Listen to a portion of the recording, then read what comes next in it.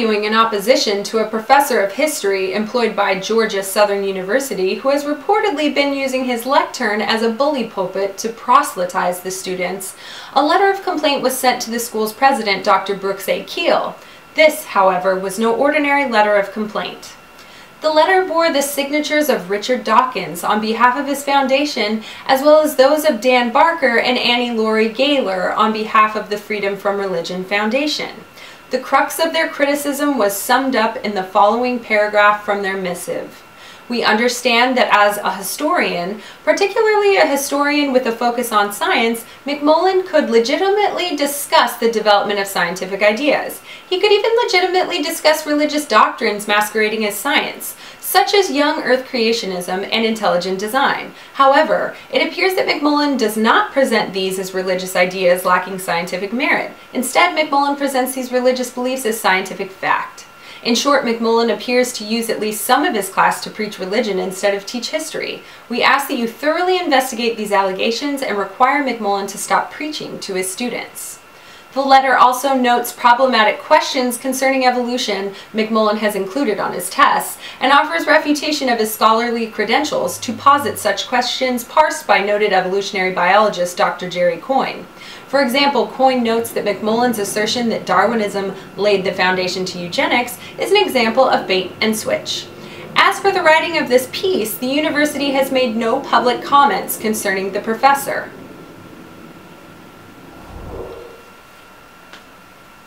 There couldn't be a more flagrant violation of the Constitution than a direct cash donation to a Christian ministry for the purpose of promoting church-going.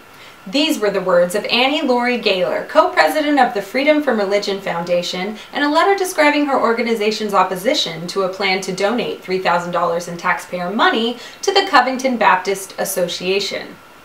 As Covington County, Alabama Commissioner and Judson Baptist Church Deacon Harold Elmore said, using syntax one normally finds only in a Tennessee Williams script, quote, "They're gone meet once a month, and it's nothing but men. They've done a lot of work on it down there. They come to me and ask me for our help." The intended purpose of the funds is for renovation of the old Stanley Schoolhouse, a facility reported owned by the Baptists, which has been designated for monthly meetings of, quote, non-churched men. Perhaps the church wouldn't need the funds for renovation had they not earmarked their own funds for steak dinners.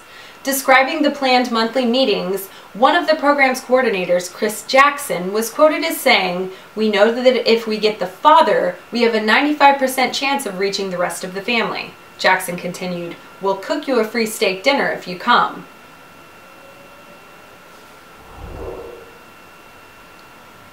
A school district in Oklahoma has become the latest target of an education campaign by the Freedom from Religion Foundation. The Skiatook public school system came to the FFRF's attention after the organization was contacted by a family residing in the district. The As Yet Anonymous family alleges several violations of church-state separation, including faculty-led student prayer at the Veterans Day Assembly, a framed placard displaying the words "In God We Trust" in every classroom, the distribution of handouts about the Pledge of Allegiance with words "Under God" highlighted in bold lettering, and field trips to Safari Zoological Park, a creationism-themed venue in nearby Caney, Kansas. A staff attorney for the foundation, Andrew Seidel, sent a letter to the district informing them of the numerous violations in a way that emphasized the reasoning behind each complaint.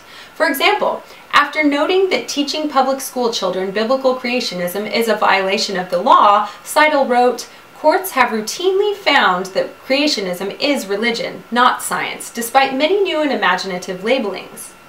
Seidel's letter also made note that teachers may not legally impose prayer. Wrote Seidel, "Public school teachers and staff may not lead, direct, ask, or even encourage students to pray." He then noted that several recent court cases have supported the right of students to abstain from reciting the pledge. According to anecdotal reports, the schools have since made some attempts to come into compliance to avoid a lawsuit.